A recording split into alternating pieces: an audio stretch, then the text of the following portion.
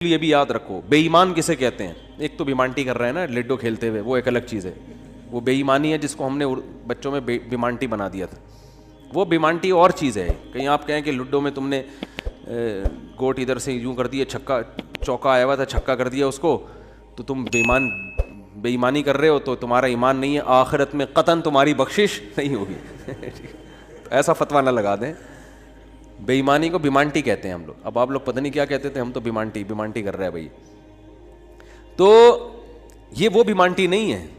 یہ جو جس بیمانٹی کی قرآن بات کر رہا ہے نا, یہ کیا مطلب اللہ کے وجود کا انکار کیا جائے, یا اللہ کے ساتھ کسی کو شریک مانا جائے, یا اللہ کے کسی پیغمبر پر اعتراض کیا جائے, یا اللہ کا کوئی حکم جس کے بارے میں آپ کو 2 اور 2 4 کی طرح معلوم ہے کہ یہ واقعی اللہ کا حکم ہے, اس حکم پر اعتراض کیا جائے. کیونکہ یہ تمام چیزیں اصل میں اللہ کا انکار ہی اس سے لازم آ رہا ہے, انکار ہی لازم آ رہا ہے, گویا آپ اپنے آپ کو اللہ سے بڑا بنا رہے ہو. تو یہ ہے کفر. دوسری بات یہ کہ اسلام میں احکام کا مدار زبان پر رکھا ہے, زبان پر. آج لوگ چھوٹی چھوٹی باتوں پہ زبان سے کلمہ کفر نکال دیتے ہیں اور وہ سمجھتے ہیں کہ اس سے ہوگا کیا. ہمارے ہاں جو لبرل گھرانے میں پیدا ہونے والے بچے ہیں نا, ان کو ذرا سی ٹینشن ہو تو فوراً اللہ کو برا بلا معاذ اللہ کہنا شروع کر دیتے. میں ایسے اللہ کو مانتا ہی نہیں ہوں. ایک خاتون کے میاں نے کہیں دوسری شادی کی بات کی, ان کی وہ کہہ رہی میں, اس خاتون نے فوراً کہہ دیا کہ میں ایسے اسلام کو ہی نہیں مانتی جو مرد کو اجازت دیتا ہے دوسری شادی. تو بھائی آپ کسی اور طرح سے لڑ لو اس سے, آپ اس کو نہیں کرنے دو, اس سے تھوڑی کفر ہے. تو عورت کی فطرت ہے, نہ کرنے دو اس کو. بولے بھائی مجھے بہت تکلیف ہوتی ہے, میں نہیں برداشت کر سکتی. وہ فرض تھوڑی ہے کرنا, اجازت دی ہے نا اسلام نے. گن پوائنٹ پہ تھوڑی کہا کہ لازمی کرو. وہ تو میں گن پوائنٹ لے کے بیٹھا ہوں, بندوقیں یہاں پہ ٹھا کرو, ٹھیک ہے نا, وہ تو میرا ہیڈیک ہے نا, وہ اسلام کا تھوڑی ہے. تو بھائی یہ کہہ لو کہ نہیں کرو, مجھے تکلیف ہوتی ہے, جھوٹی موٹی کی بے ہوش ہو جاؤ, جھوٹی موٹی کی خودکشی کی دھمکیاں دے دو, ہاتھ پاؤں یوں کر لو اپنے تھوڑے سے, یوں عجیب سے کر لو. یہ ہوتا ہے سارے, یہ سب چل رہا ہوتا ہے مارکیٹ میں. کچھ بھی کر لو, اس سے آپ کافر نہیں ہوگی, کیونکہ عورت کو سوگن کی تکلیف ہونا نیچرل ہے. وہ نہیں چاہتی میرا میاں کسی اور کا ہو جائے. پھر اس میں خطرات بھی ہوتے ہیں, پتہ نہیں برابری کرے گا نہیں کرے گا. تو یہ رائٹ ہے. عورت صحابیات کو بھی تکلیف ہوتی تھی. حضرت ابراہیم علیہ السلام نے جب دوسری شادی کی ہے تو آپ کی زوجہ کو, پہلی زوجہ کتنی نیک تھی, مگر ان کو بھی تکلیف ہوئی تھی. تو یہ تو نیچرل ہے. لیکن آپ اللہ پر آ جاؤ, اگر اللہ پہ اعتراضات شروع کر دو, اسلام پہ اعتراضات شروع کر دو, تو بھائی یہ اللہ سے آگے نکلنے کی کوشش ہو رہی ہے. پھر یہ کیا ہو رہا ہے, پھر اللہ نہیں بخش. دوسری تیسری شادی تو بہت دوسرا مسئلہ ہے. اللہ کہے گا تم نے مجھ پہ کیسے انگلی اٹھا دی ہے, مجھے کیسے غلط کہہ دیا. اور یہ آج کل بہت ہو رہا ہے, بات بات پہ کفر زبان سے نکال دیتے ہیں, غموں میں حوصلے چھوڑ دیتے ہیں. لوگ آ کے ملتے ہیں, یہ میرے ساتھ ٹینشن, یہ میرے ساتھ مسئلہ, یہ میرے ساتھ مسئلہ, پتہ نہیں اللہ کہاں ہے. ایک آدمی کے بچے کا انتقال ہوا, کہہ رہا یار اللہ کو میرا ہی بچہ مارنا تھا. بھائی تم کس کے مقابلے میں آ کے کھڑے ہو رہے ہو, خدا سے مقابلہ کر رہے ہو تم. تو یاد رکھو اللہ کی جو صفت ہے نا وہ ہے کبریائی, استغنا. اس سے لڑ کے, اسے برا بلا کہہ کے, اس کے خزانوں سے ایک تنکا بھی نہیں لیا جا سکتا. وہ آپ کے ان جذبات سے متاثر نہیں ہوتا. اگر آپ یہ سمجھو گے کہ میں یوں کروں گا, دیکھو باپ کے سامنے تڑیاں بعض دفعہ چل جاتی ہیں. باپ کے سامنے بعض دفعہ تڑیاں, میں ابا کو مانتا ہی نہیں جو مجھے جائیداد سے ہے نا آگ کر دیں اور مجھے گاڑی نہ لے کے دیں. ابا ہو سکتا ہے متاثر ہو کے بولیں بھائی چل یار یہ گاڑی تیرے نام کر دی میں نے, یہ پلاٹ تیرے نام کر دیا, میرا بیٹا تو مجھے ماننے سے انکار کر رہا ہے.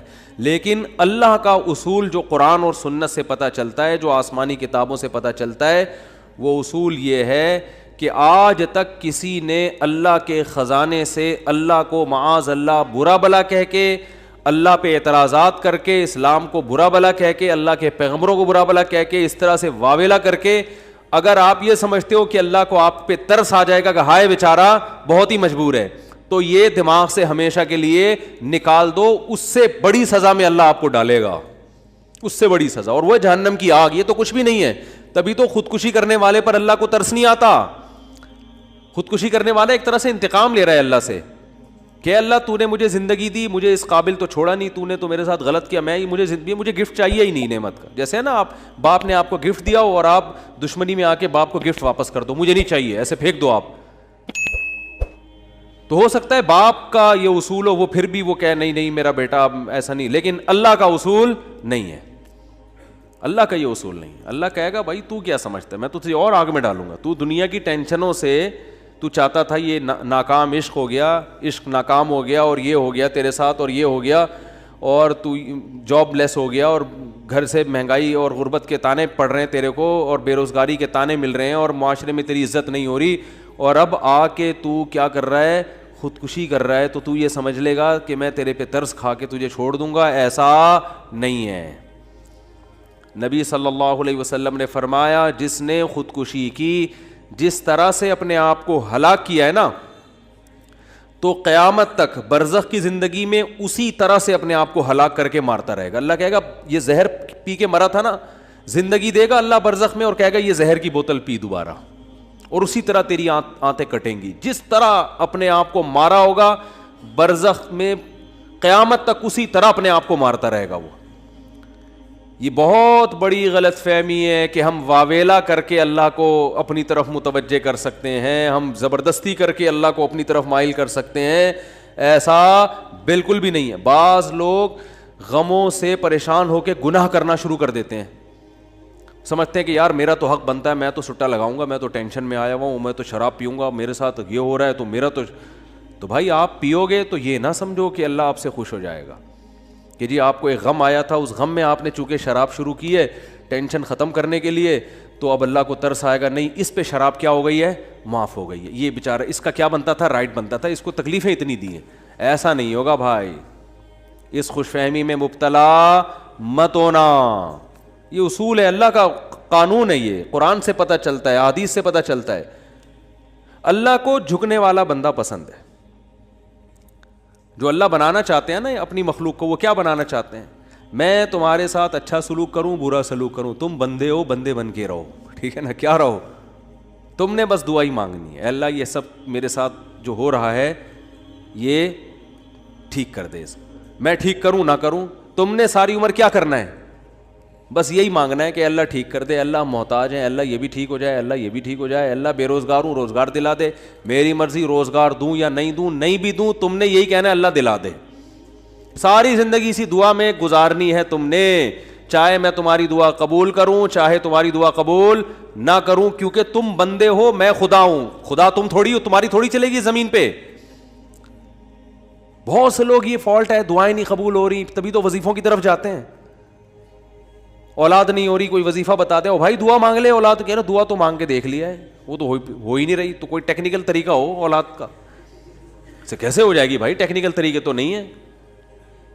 یونس علیہ السلام جب مچھلی کے پیٹ میں تھے, کتنا بڑا غم لگا نا آپ کو, یونس علیہ السلام مچھلی کے پیٹ میں, تو اللہ سے آپ نے دعا مانگی, وظیفہ نہیں پڑھا ہے. وظیفے پڑھنا بھی جائز ہے اگر کوئی قرآن و آیتیں ہیں تو کوئی گناہ نہیں ہے, لیکن جو اصل جو اسلام کی روح ہے وہ کیا ہے, دعا. تو یونس علیہ السلام نے مچھلی کے پیٹ میں دعا مانگی, لا الہ الا انت سبحانک. دیکھو حضرت یونس علیہ السلام, ہمارا جو مزاج ہے نا وہ کیا ہے, یونس علیہ السلام کئی سال اپنی قوم کو تبلیغ کرتے رہے ہیں, قوم باز بولو نہیں آئی. حضرت یونس کو یقین ہو گیا اس قوم پہ عذاب آنے والا ہے, تو آپ نے اللہ سے نہیں پوچھا, اس لیے کہ آپ کا خیال تھا بھئی یہ عذاب تو آئے گا, تو میں اللہ کے خوف سے اب بستی کو پہلے چھوڑ دیتا ہوں. میں آپ سے یہ اجتہادی خطا ہوئی, یہ اجتہادی خطا ہوئی کہ بھئی اللہ کی پرمیشن کے بغیر آپ نے قوم کو کیوں چھوڑا. حالانکہ اس اجتہادی غلطی کے پیچھے جو اس کی بیس تھی وہ بیس بہت اچھی تھی, وہ اللہ کا خوف اور اللہ کی خشیت, اللہ کے عذاب سے بھاگنا یہ تو حکم ہے نا. فنٹر بننے کی تھوڑی اجازت ہے کہ جہاں عذاب آ رہا ہے تو کھڑے رہو وہاں دیکھو, ایسا تھوڑی ہے. قوم لوط پر جب عذاب آیا تو جو اہل ایمان تھے ان کو حکم تھا پیچھے مڑ کے بھی نہیں دیکھنا ہے, اس عذاب کو دیکھنے کی بھی اجازت نہیں, ڈرو اس سے بھاگو. جب قوم عاد قوم سمود کی بستیوں سے نبی گزرتے تھے تو چہرے پہ کپڑا ڈال کے جلدی اپنی رفتار بڑھاتے تھے, بھئی یہ اس عذاب کو اپنی آنکھوں سے بھی نہ دیکھو, خوف پیدا ہوتا ہے اس سے. تو اتنا زیادہ آپ صلی اللہ علیہ وسلم خوف زدہ ہوتے تھے. تو اللہ کے عذاب سے تو دور بھاگنے کا حکم ہے. تو اب یہاں کیا ہے کہ کیا بات چل رہی تھی یار, حضرت یونس علیہ الصلوۃ والسلام اللہ کے عذاب کے ڈر سے اپنی قوم کو چھوڑ کر نکل گئے. یہ بیس بالکل ٹھیک ہے بھائی, جب اللہ کا وعدہ بھی یہی ہے کہ جو قوم ایمان نہیں لے کر آئے گی تو میں اس کو تباہ کر دوں گا. تو حضرت یونس علیہ السلام کو خیال ہوا کہ بھائی یہاں سے نکل جاؤ. جب بیٹھے ہیں کشتی میں, کشتی ڈوبنے لگی تو ملا نے کہا بھائی وزن کشتی میں زیادہ ہے, ایک آدمی کو نیچے اترنا پڑے گا ورنہ سب ڈوب جائیں گے. کون اترے گا بھائی؟ قرآن اندازی ہونی چاہیے. قرآن اندازی میں نام کس کا آیا؟ یونس علیہ السلام. تو بتاؤ ہم ہوتے, ہم کہتے ساری زندگی تبلیغ کرتا رہا, اب جب عذاب آنے والا ہے تو اللہ کے خوف سے ہی نکلا میں, اس کا صلہ یہ مل رہا ہے کہ ڈوبنے والا کون ہے؟ بولو, میں ہی ہوں. بھائی مجھے تو زیادہ پروٹوکول, اللہ تعالیٰ کو 6 کشتیاں میرے لیے پہلے سے سمندر میں رکھنی چاہیے تھی نا, کیا ہو گیا؟ یہ ہماری سوچ تو یہی ہے کہ میں نے چونکہ فجر کی نماز پڑھی ہے تو میری دکان پہ کسٹمر 6 گنا زیادہ آنے چاہیے, پیسے سارے وہ کما رہے ہیں, نمازیں میں پڑھ رہا ہوں. اچھا میرے پر لوگ اعتراض یہ بھی کرتے ہیں کہ احتیاط اس نے کی, اس کو کرونا ہو گیا اس نے احتیاط نہیں کی, اس کو نہیں ہوا, یہ مفتی لوگوں کو الو بنا رہا ہے. تو بالکل یہی ہے کہ نماز میں پڑھ رہا ہوں, روٹی کس کو مل رہی ہے؟ اس کو مل رہی ہے. احتیاط میں کہہ رہا ہوں, وہ کرونا بھی مجھے ہی ہو رہا ہے. ٹھیک ہے نا. تو اب اللہ سے تھوڑی کوئی لڑ سکتا ہے بھائی, تو اللہ کی مرضی جو اب احتیاط کے باوجود بھی کسی کو بیماری لگا دے, اور ایسے گلے مل رہے ہیں اور روزانہ چھینک رہے ہیں ایک دوسرے کے منہ پہ, انہیں کچھ نہیں ہو رہا, وہ تو اب اللہ کی مرضی, اللہ سے تھوڑی کوئی لڑ سکتا ہے. لیکن ہم تو ظاہر کے مکلف ہیں نا, ہم تو اسباب کے مکلف ہیں, تو اس لیے حکم دیا جاتا ہے احتیاط کا. تو خیر جب تک کرونا ختم نہیں ہوگا ہم بھی آپ کا پیچھا نہیں چھوڑیں گے, یہ ذہن میں رکھو آپ. تھوڑا تھوڑا جیسے 4 شادیاں آتی ہیں نا تڑکے میں, اس طرح یہ بھی آتا رہے گا تڑکے میں, کیونکہ لوگ نہیں کر رہے احتیاط تو کیا کریں. اچھا خیر بات ہی کہاں چل رہی تھی؟ تو یونس علیہ السلام کی جگہ ہم ہوتے تو بھائی ہماری حالت کیا ہوتی ہے. اللہ جیسے تبلیغ میں ہم میں سے کوئی گیا ہوا ہوتا 4 مہینے کے لیے, 4 مہینے کے لیے تبلیغ میں نکلے ہوتے, اللہ کے راستے میں واپس آ رہے ہوتے تو پتہ چلا کچھ یعنی کنوینس ہی نہیں مل رہی, پولیس والے پکڑ کے لے گئے, کسی کیس میں بند کر دیا, تو کیا وسوسے آتے ہیں دماغ میں. جیسے حج کرنے گئے نا, ایک آدمی حج کرنے گیا, لٹ گیا وہاں پہ نا جیب کتروں نے, تو وہ کہہ رہا ہے اللہ میں نے تو سنا تھا حاجی تیرے مہمان ہوتے ہیں, تو ہم نے تو دنیا میں کسی کو نہیں دیکھا کسی نے اپنے مہمان کس کی یہ انسلٹ کی ہو. ٹھیک ہے نا, ہم نے تو نہیں دیکھا, میں تیرا مہمان بن گیا اور کچھ بھی نہیں بچا میرے پاس, سب کچھ ہی لٹ گیا. تو جلا ہوا آدمی تھا. تو یونس علیہ السلام کی جگہ کوئی اور ہوتا, ہم جیسے نالائق ہوتے, تو ہم کہتے اللہ ساری زندگی قوم کی مخالفت لے کے تبلیغ کرتا رہا, اپنا تن من دھن لگا دیا, نہ کاروبار کی طرف توجہ, نہ کوئی پیسے کمانے, جو روکھی سوکھی ملی کھا لیا. پیغمبروں کا تو کوئی اجرت بھی نہیں ہوتی, وہ تو بالکل ہی اللہ توکل پہ چل رہے ہوتے ہیں. اے اللہ غربت میں وقت گزارا, کبھی کھانے کو ملا نہیں ملا, بس تیرے دین کو فوکس کیا. اب جب عذاب آنے والا ہے تیرا اس قوم پہ, تو تیرے خوف سے نکلا میں, جو تیرا ہی حکم ہے کہ مجھ سے ڈرو, میرے عذاب سے ڈرو. اب کم از کم کوئی 2-4 کشتیاں یا ہوائی بحری جہاز کوئی کھڑا ہوا ہوتا میرے استقبال میں, اور اگر نہیں تھا میں نے اپنے خرچے سے پہ کشتی لی ہے میں نے. ٹھیک ہے نا, ذمہ داری کس کی بنتی تھی اللہ؟ ذمہ داری تیری بنتی تھی کہ کشتی کا انتظام تیری طرف سے ہو. بھائی گورنمنٹ اگر کسی فوجی کو کسی مہم پہ بھیجتی ہے, اب جو امریکہ کے فوجی افغانستان آئے ہوئے ہیں ان کو باعزت واپس نکالنا کس کی ذمہ داری ہے؟ بولو نا, امریکہ کی ذمہ داری ہے نا. تو تبھی تو فوجی کہہ رہے ہیں بھائی تم نے ہمیں عزت کے ساتھ جب بھیجا ہے تو عزت کے ساتھ پٹھانوں سے بچا کے نکالنا کس کی ذمہ داری ہے؟ یہ امریکہ کی ذمہ داری ہے نا. تبھی امریکہ قطر میں کوشش میں لگا ہوا ہے کہ بھائی یہ کسی طرح اپنی عزت بچا کے واپس آ جائیں گے. اور بالکل صحیح کر رہا ہے امریکہ اپنے لحاظ سے, اس کا فرض بنتا ہے جب آپ نے فوجیوں کو بھیجا تو واپس بھی تو لے کر آؤ نا ان کو. تو بالکل میرے بھائی یہ بات ذہن میں آ سکتی تھی یونس علیہ السلام کے کہ اللہ یہ سب میں نے تیرے لیے کیا ہے, اب تیرا عذاب آ رہا ہے تو مجھے تو یہاں سے فرار ہونا ہے بستی سے, تو کشتی کا انتظام کرنا میرے ذمے نہیں ہے بلکہ کس کے ذمے ہے؟ تیرے ذمے ہے. چلو میں نے اپنے خرچے پہ کر لی.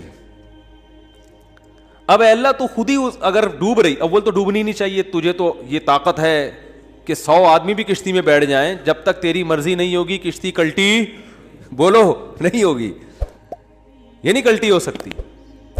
دوسری آزمائش تو نے یہ اس آزمائش میں ڈال دے گی, کشتی کلٹی ہو رہی ہے. اور اگر کلٹی ہو بھی رہی ہے تو ایسے ایسے نالائق لوگ اس کشتی میں بیٹھے ہوئے ہیں. کار آمد تو صرف اس میں یونس علیہ السلام تھے, باقی تو سارے نالائق, کیونکہ مشرک لوگ تھے سارے, بت پرست, پان گٹکے والے, سگریٹ والے, تمباکو والے, سارے اس میں بیٹھے ہوئے ہیں. وہ تو پتہ نہیں کیا کیا نشہ کرتے ہوں گے, سارے ایک نمبر کے چور یہاں بیٹھے ہوئے ہیں کشتی میں. تو اللہ ان میں سے کسی کو تو خود ہی جو ہے نا ڈلوا دیتا. اور قرآن اندازی ہو رہی ہے تو نام کس کا آ رہا ہے؟ میرا نام آ رہا ہے, جس نے ساری زندگی تبلیغ کی. تو اور پھر کمال یہ کہ بڑی آزمائش کیا کہ چلو کشتی میں اگر چھلانگ لگا کے نیچے گرنا ہی تھا, ان لوگوں نے ڈال دیا, بھائی آپ کا نام آیا, آپ کو اترنا پڑے گا.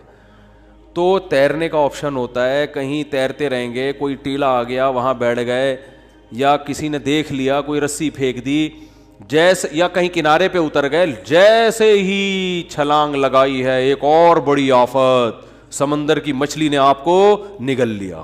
کتنا خوف, ایک حرف زبان سے ناشکری کا نہیں نکل رہا پیغمبر کی, کہ اللہ مروا دیا تو نے. تو یہ کیا خوف ہوتا ہے, سمندر کا اپنا ایک خوف ہے بھائی, کبھی یہاں نہیں سمجھ میں آئے گا, جاؤ سمندر میں جا کے پتہ چلے گا. اور قرآن سے پتہ چلتا ہے رات کا وقت تھا, اندھیرا تھا, اندھیرے میں بہت, کیونکہ فنادا فی الظلمات, فی الظلمہ نہیں ہے کہ اندھیرے میں پکارا, اندھیروں میں پکارا. پتہ چلا کہ بہت سارے اندھیرے تھے, یعنی ایک مچھلی کے پیٹ کا اندھیرا, ایک سمندر کی تہ کا اندھیرا, اور ایک رات کا اندھیرا. کس قدر خوف.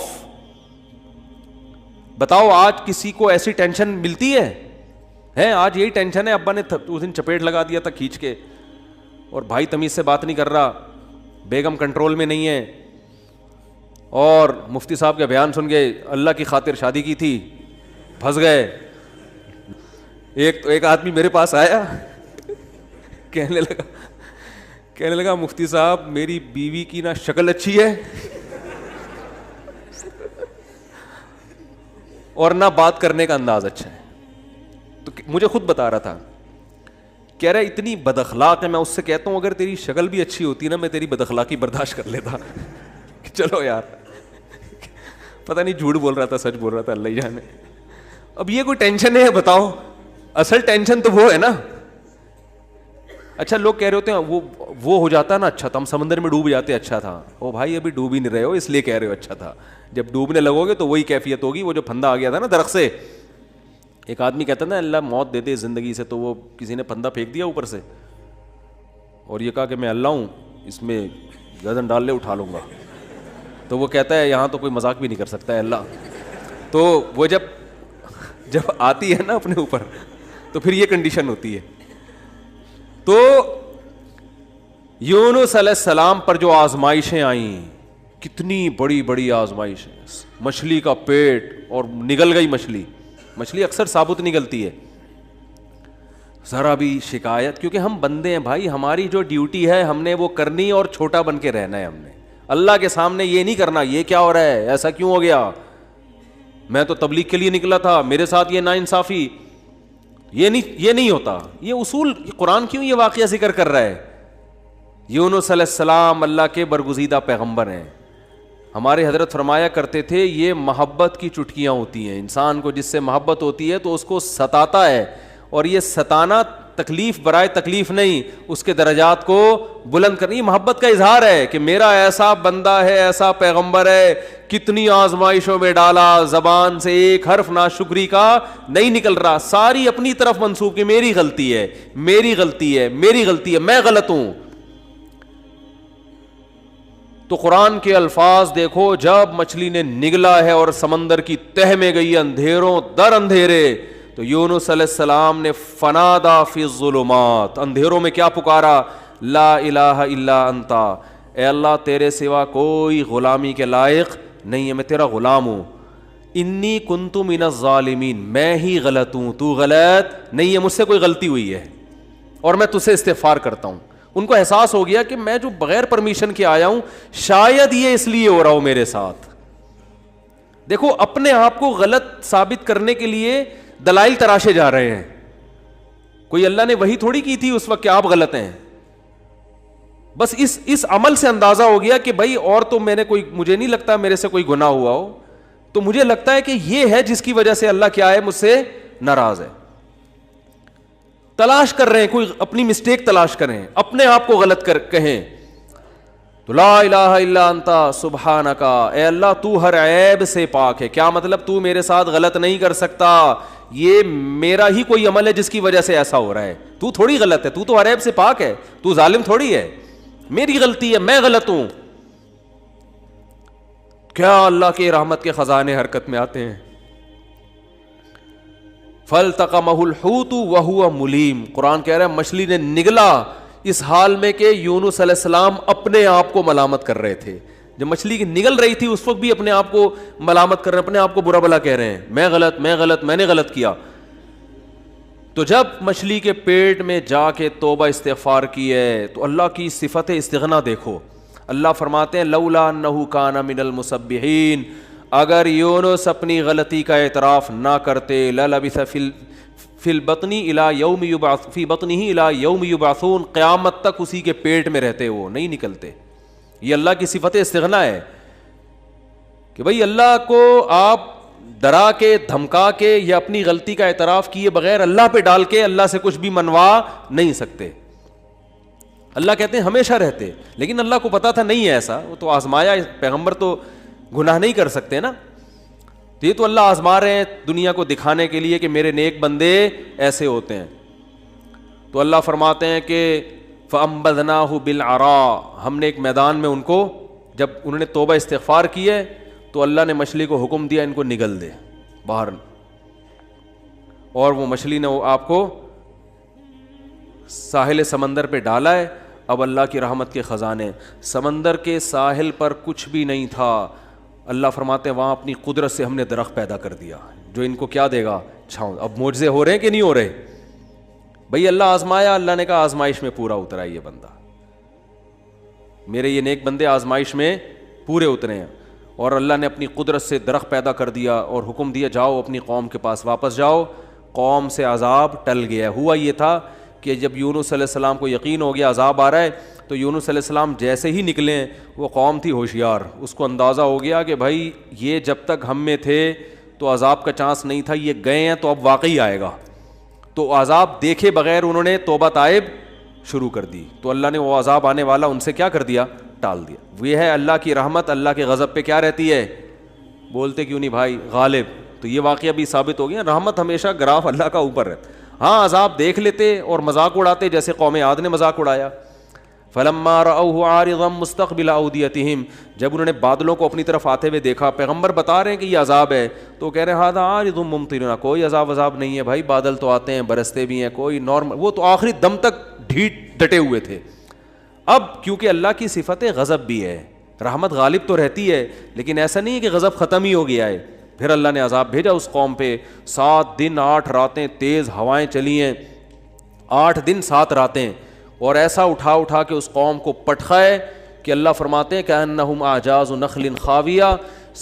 1 ہفتے کے بعد ایسا لگ رہا تھا کھجور کے تنے ہیں جو اوندھے پڑے ہوئے ہیں, بڑے بڑے قداور لوگ تھے وہ. اللہ نے تو اس لیے میرے بھائی جب کوئی غم آئے, پریشانی آئے, تو واویلا نہ مچایا کرو, رونے دھونے کی اجازت ہے. یہ بے صبری نہیں ہے, جب انسان کو غم ہوتا ہے روتا بھی ہے, ہائے ہوئے بھی کرتا ہے, لیکن اللہ کو برا بھلا کہنا شروع کر دینا, میرے ساتھ اللہ یہ کر رہا, میرے ساتھ اللہ میں ہی میرا ہوں اللہ کو. آپ کا کام ہے غلامی, مانگتے رہنا ہے, مانگتے رہنا ہے, مانگتے رہنا ہے. اکثر ایک واقعہ علماء بتاتے ہیں, کتابوں میں لکھا ہوا ہے کہ ایک بزرگ حج کرنے جاتے تھے, حج کرنے کے بعد ندا آتی تھی قبول نہیں ہوا. کیا ندا آتی تھی؟ قبول نہیں ہوا. تو دوبارہ چلے جاتے اگلے سال, جب حج کرتے پھر ندا آتی قبول نہیں ہوا, وہ پھر چلے جاتے. تو کسی نے کہا کہ آپ خود ہی بتاتے ہو کہ جب میں حج سے فارغ ہوتا ہوں آسمان سے ایک ندا آتی ہے کہ قبول نہیں ہوا, تو پھر کیوں جاتے ہو بار بار. تو انہوں نے کہا بھائی میرا کام ہے حج کرنا, اپنی کوتاہیوں کی اصلاح کرنا, قبول کرنا کس کا کام ہے؟ اللہ کا. اب اللہ سے تو لڑ تھوڑی سکتا ہوں, اور یہ بھی نہیں ہے کہ اب فنٹر نہیں بنو کہ اب تو ہم نہیں جائے گا بھائی, اب تھوڑی 2 دفعہ چلے گا 3 دفعہ چلے گا، ہر دفعہ یہ آواز آ رہی ہے، اب تھوڑی ہمارے پاس اور بھی دنیا میں غم ہے بھائی، یہ حج ہی کرتے رہیں گے کیا؟ یہ ہوتا اصل میں لوگوں کا یہ رویہ ہو گیا ہے. دعا میں بہت ہو رہا ہے یہ، یار ہم نے دعا، مفتی صاحب 6 دفعہ دعا مانگ لی پھر بھی فائدہ نہیں ہو رہا. اب یہی تھوڑی کہ دعا مانگتے بول نہیں رہے ہوتے، مفتی صاحب سے ڈر رہے ہوتے ہیں تو بھائی اتنا اللہ سے ڈر لو. وہ بعض تو بول بھی دیتے ہیں. تو بھائی 6 دفعہ 10 دفعہ 100 دفعہ دعا مانگنے میں کیا جا رہا ہے یار؟ اللہ کے سامنے ہاتھ اٹھا کے مانگنے سے زیادہ بھی کوئی مزیدار عمل ہو سکتا ہے؟ نہیں قبول ہو رہی، اہل اللہ کہتے ہیں نہیں قبول ہو رہی نا، اس میں مانگنے میں اور زیادہ مزہ ہے. ٹھیک ہے نا، اس میں مانگنے میں یہ اللہ ایمان کا امتحان لے رہا ہے. تو ہم غیب پر ایمان کے دعوے دار ہیں، اللہ تو نہ قبول کر، ہم تو مانگتے رہیں گے. ہمیں مزہ اسی میں آتا ہے. حضرت عمر رضی اللہ تعالی عنہ کا قول ہے کہ مجھے اس سے غرض نہیں ہے کہ میری دعا قبول ہو رہی ہے کہ نہیں ہو رہی، یہ تو میرا کام ہی نہیں ہے کہ یہ اللہ کی ذمہ داری ہے، یہ ہماری ٹینشن.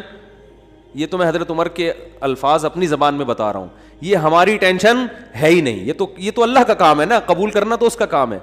فرمایا مجھے اس کی فکر ہوتی ہے کہ دعا مانگنے کی توفیق مل رہی ہے کہ نہیں مل رہی. ایسا نہ ہو مایوسی اتنی پیدا ہو جائے کہ دعا مانگنے ہی کی توفیق چھن جائے. یہ ڈینجرس ہے، یہ خطرناک ہے کہ اللہ نے آپ کو اپنے در سے محروم کر دیا، ہاتھ اٹھانے کی توفیق سلب کر لی. اور آج لوگوں میں یہ نظر آتا ہے دعا مانگنے کی توفیق نہیں مل رہی کیونکہ ان کی پوری نظر اسباب پہ ہوتی ہے، اللہ پہ نظر ختم. یہ بہت خطرناک ہے. دیکھو اسباب پہ نظر رکھو گے، ہو سکتا ہے اسباب اختیار کر کے کام تو ہو جائے، لیکن اللہ کی جب عدالت میں کیس لے کے جاؤ گے، فائل داخل کرو گے، وہاں سے جو کام جب منظور ہوگا نا، اس کام کی نوعیت میں اور آپ کے کام کی نوعیت میں زمین اور آسمان کا فرق ہوگا. جب اللہ کے سامنے کیس لے گئے، کام خراب بھی ہوگا تو بنے گا، اور جب اسباب پہ نظر رکھو گے بنے گا بھی تو ہو سکتا ہے اس میں خیر نہ ہو، یہ کوئی الٹا کام ہو رہا ہو. جس کام سے آپ نے اللہ کو نکال دیا اب اس میں خیر کی توقع نہ رکھیں. آپ بیمار ہوئے، صرف دواؤں پر اکتفا کیا ہوا ہے آپ نے، اللہ سے دعائیں نہیں مانگتے اور ضرورت بھی محسوس نہیں کرتے کہ چھوڑو یار، جب میں آگمنٹن کھا رہا ہوں، جب میں یہ سیرپ پی رہا ہوں تو گورے بھی تو ٹھیک ہوتے ہیں نا بغیر دعا کے. کیا خیال ہے بھائی؟ جب وہ ٹھیک ہوتے ہیں تو مجھے دعا مانگنے کی کیا ضرورت ہے؟ تو عین ممکن ہے آپ ٹھیک ہو جاؤ. دوا اثر کرتی ہے، اللہ نے دنیا کو اسباب سے جوڑ دیا، لیکن یہ ٹھیک ہونا بھی آپ کے لیے نقصان کا ذریعہ بن سکتا ہے. اور آپ دعا مانگو دوا کے ساتھ، ہو سکتا ہے آپ ٹھیک نہ ہو، لیکن پھر ٹھیک نہ ہو کے بھی اس میں اللہ کیا ڈال دے گا؟ بولو نا، خیر ڈالے گا. اللہ اس میں خیر ڈالے گا. جیسے یونس علیہ السلام کو مچھلی کے پیٹ میں اللہ نے داخل کیا ہے ان کے درجے کو اور بلند کرنے کے لیے. اگر یونس علیہ السلام کے ساتھ یہ مچھلی والا واقعہ نہ ہوتا تو شاید یونس علیہ السلام کا ذکر قرآن مجید میں نہ ہوتا. کیونکہ پیغمبر تو لاکھوں آئے ہیں نا، سب کا تذکرہ تھوڑی ہے. اور نبی صلی اللہ علیہ وسلم نے حضرت یونس کی فضیلت الگ سے بیان کی ہے. فرمایا لا تفضلونی علی یونس، مجھے یونس پر فضیلت مت دو. حالانکہ دیکھو یہ تو اجماعی عقیدہ ہے کہ ہمارے نبی تمام پیغمبروں سے افضل ہیں، لیکن کیا مطلب نام لے کے میرے مقابلے میں یونس کو نہ لے کر آؤ کہ میں ان سے زیادہ افضل ہوں. کیوں؟ کیونکہ اس میں اس بات کا امکان تھا کہ شاید اس واقعے کی وجہ سے لوگ یونس علیہ السلام کی توہین نہ کر رہے ہوں کہ وہ اللہ کی پرمیشن کے بغیر چلے گئے تھے.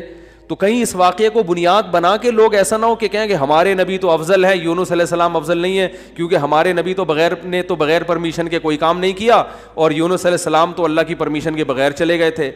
اس لیے نبی نے اس کانسیپٹ کو درست کرنے کے لیے، کلیئر کرنے کے لیے کہ کہیں تمہارے ذہن میں یہ چیز نہ ہو. اس لیے کیا مطلب حدیث کا کہ یونس علیہ السلام کا نام لے کے دونوں کو مجھے ان کے مقابلے میں لا کے کھڑا مت کرو، اور یہ مت کہو کہ محمد صلی اللہ علیہ وسلم حضرت یونس سے افضل ہیں. حالانکہ افضل ہیں، لیکن جہاں بھی حضرت یونس کی توہین کا ذرہ برابر بھی شائبہ نکلتا تھا آپ صلی اللہ علیہ وسلم نے اس سے منع کر دیا. اس لیے کہ آپ صلی اللہ علیہ وسلم جانتے تھے کہ یہ جو کچھ یونس علیہ السلام کے ساتھ ہوا یہ اصل میں آپ کو بلند مرتبہ دینے کے لیے ہوا تھا اور یہ بتانے کے لیے ہوا تھا کہ اللہ کی صفت استغنا کیا ہے، اور یہ بتانے کے لیے کہ اللہ سے لڑ کے کوئی چیز نہیں لی جا سکتی، اور یہ بتانے کے لیے کہ غموں میں، ٹینشنوں میں، پریشانیوں میں اللہ کے نیک بندوں کا رویہ کیا ہوتا ہے. اور میں آپ کی جنرل نالج کے لیے ایک بات یہ بھی بتا دوں کہ جس کا یہ لائف اسٹائل ہوگا نا وہ ٹینشنوں میں بھی خوش رہے گا. ویسے ہی ٹینشن ختم کر لیتے ہیں اللہ اس سے.